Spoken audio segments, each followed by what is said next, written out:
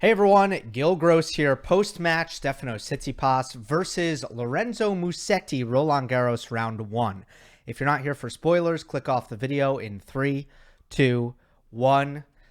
Stefanos Tsitsipas survives a round 1 scare and comes back from down 2-0 for the second ever time in his career at the French Open, both times. The first time it was against Jaume Munar in 2020, I want to say.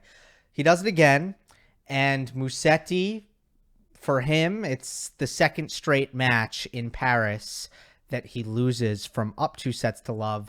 The previous one being against Novak Djokovic in round 4 last year, where the same exact thing happened, and he retired 4-love in the 5th. This time, at least, he finished the match.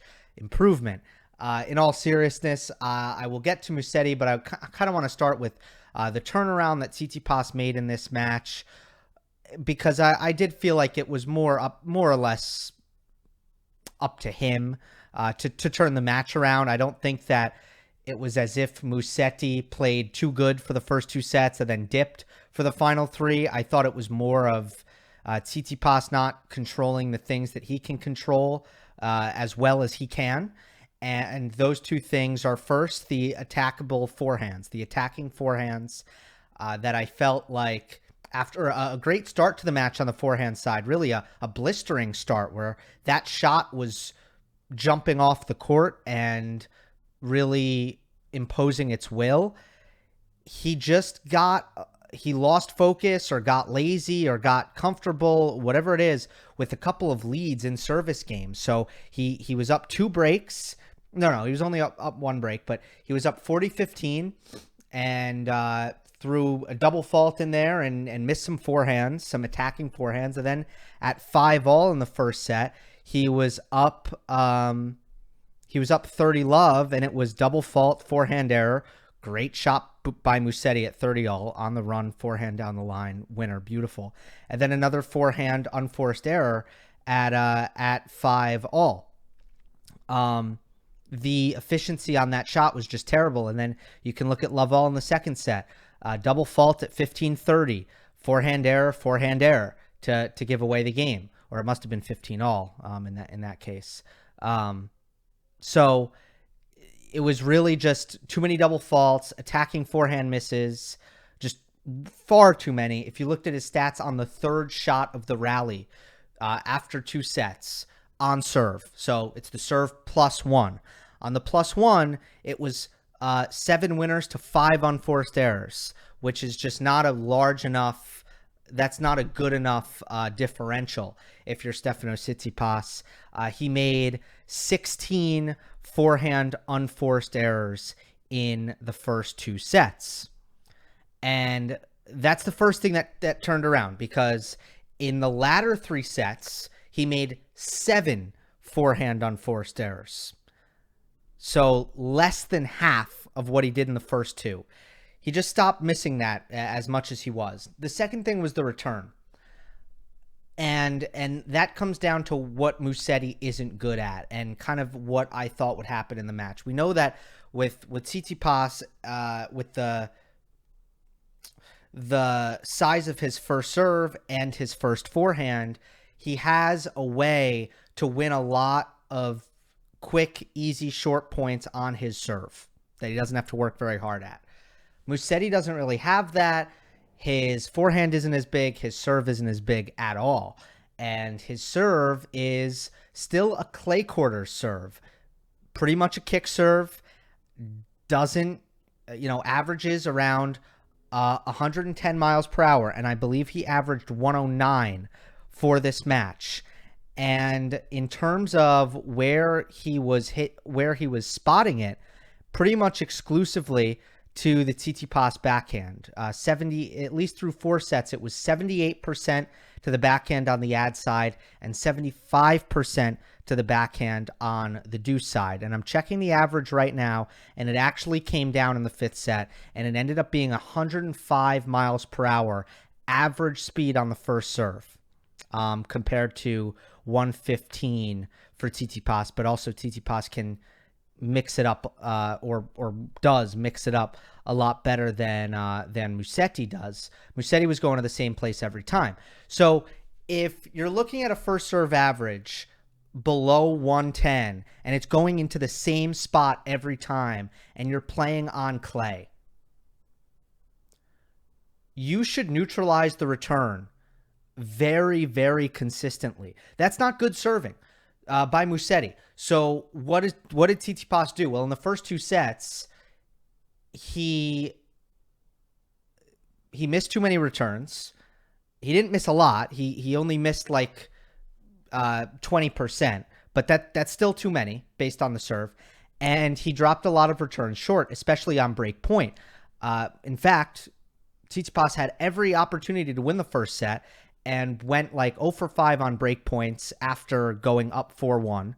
And if you put all those break points together and look at them, every single one is on the ad side. It's all serving to Tsitsipas's backhand. One of them is a serve volley, potentially two of them, but I think one of them. And every single backhand return drops short and gives Musetti an advantage in the point.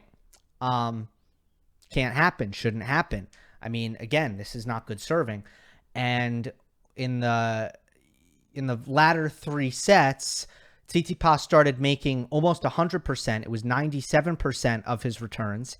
And he, at least at one point, it might have changed before the match ended. I don't have the exact post-match numbers, but it was about 97% as the match was coming to a close. And they were deep. And they were, quality neutralizing returns, which is what it should have been the entire match. And then, there were definitely some key moments. If you look at like the fifth set, the break point at love 1 in the fifth set was a return forced error, a hard backhand return. So a lot of good clutch returning by Tsitsipas eventually for the latter three sets. I mean, again, it really shouldn't have taken so long. It was not a good performance by Tsitsipas through two sets, and it clicked into place. He played his game, and Musetti had no answer. I think on the positive side for Musetti, before I zoom out big picture with him, I've never seen him attack his forehand so well. I've never seen him recognize short balls and step inside the court to hit his forehand as well as he did in this match. In fact, I think for a lot of his young career, when I've watched him, it's almost been the backhand that's appeared to be the bigger and more potent shot. And that's really not a good thing in the modern game. You really want your forehand to be the bigger shot. I mean, you can look at the players who that's not the case for, like Richard Gasquet and Benoit Paire. Again, it usually means your forehand stinks. That's usually what it means if your backhand is bigger. So I think it's a good thing that Musetti's forehand in this match was a really good weapon. He didn't miss it very much. He never really got passive on it. The shot selection I thought was good in terms of the decision making. And it was just a really good performance on his forehand, which made him a tough competitor in the baseline rallies. And it put him in a position where he was able to make Tsitsipas pay in the first two sets when Steph was dropping those returns short, those backhand returns short. I got to give credit to Musetti for actually taking advantage of that, which didn't necessarily have to be the case. Now, what does this mean for Lorenzo, the 19-year-old Italian who's got loads of talent, but who, hasn't really been consistent on tour yet? He's 66th in the world right now. He really struggled after Roland Garros last year, struggled to win matches, really any matches, and finished 2021 with a 21-12 record. He's now 13-12 in 2022, but he's had a nice clay court season. Came through qualifying in Madrid, beat Ivashka and Korda, picked up 2 wins in Barcelona to make the round of 16. Baez and Evans beat Paire and Felix in Monte Carlo, and then also won 2 matches in Marrakesh, beating Albert Ramos and Carlos Taberner. So I think he should be proud of his clay court season. And what does it mean that he blew another 2-sets-to-love lead?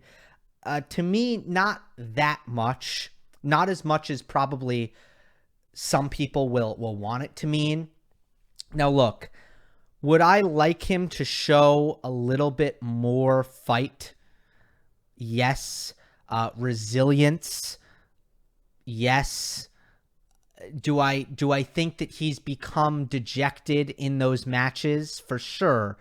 He hasn't dealt with long periods of failure in a very positive way. It feels like he never really picked himself up by the bootstraps fully. However, there were moments of light in the fourth and the fifth sets in this match where he was seemingly trying to get back in it or having opportunities to get back in it.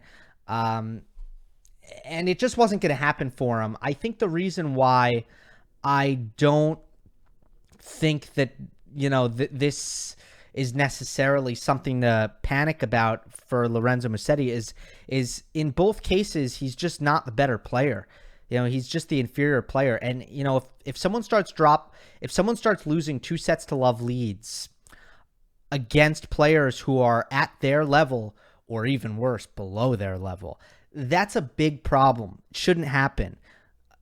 If you're losing 2-sets-to-love leads against players who are far better than you, I can't really get too critical of that. And I can't say that that's some sort of concerning pattern. And in both cases, it's a weird situation where in both cases, I feel like the favorites, Djokovic and Tsitsipas, both played pretty poorly in the opening 2 sets. And Musetti is a dazzling talent who does put together a lot of, who's difficult to beat from the baseline and does some awesome things and is a great shot maker, and all that is true. But still, in both cases, Djokovic and Tsitsipas were way off, and I don't think we should penalize Musetti for that reputationally because he happened to have a 2-sets-to-love lead, as if that's somehow worse than if Djokovic and Tsitsipas blew him out in straight sets. So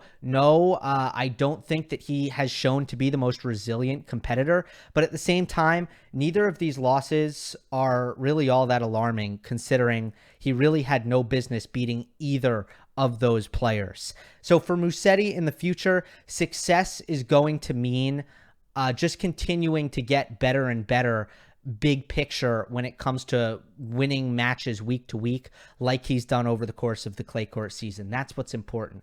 And for Tsitsipas, look, it's a survival. That would have been a horrendous loss. He did not play well through 2 sets, but hopefully now he's settled into the tournament and he will put together better performances as he moves forward. Hope you enjoyed. Don't forget to subscribe, and I'll see you next time.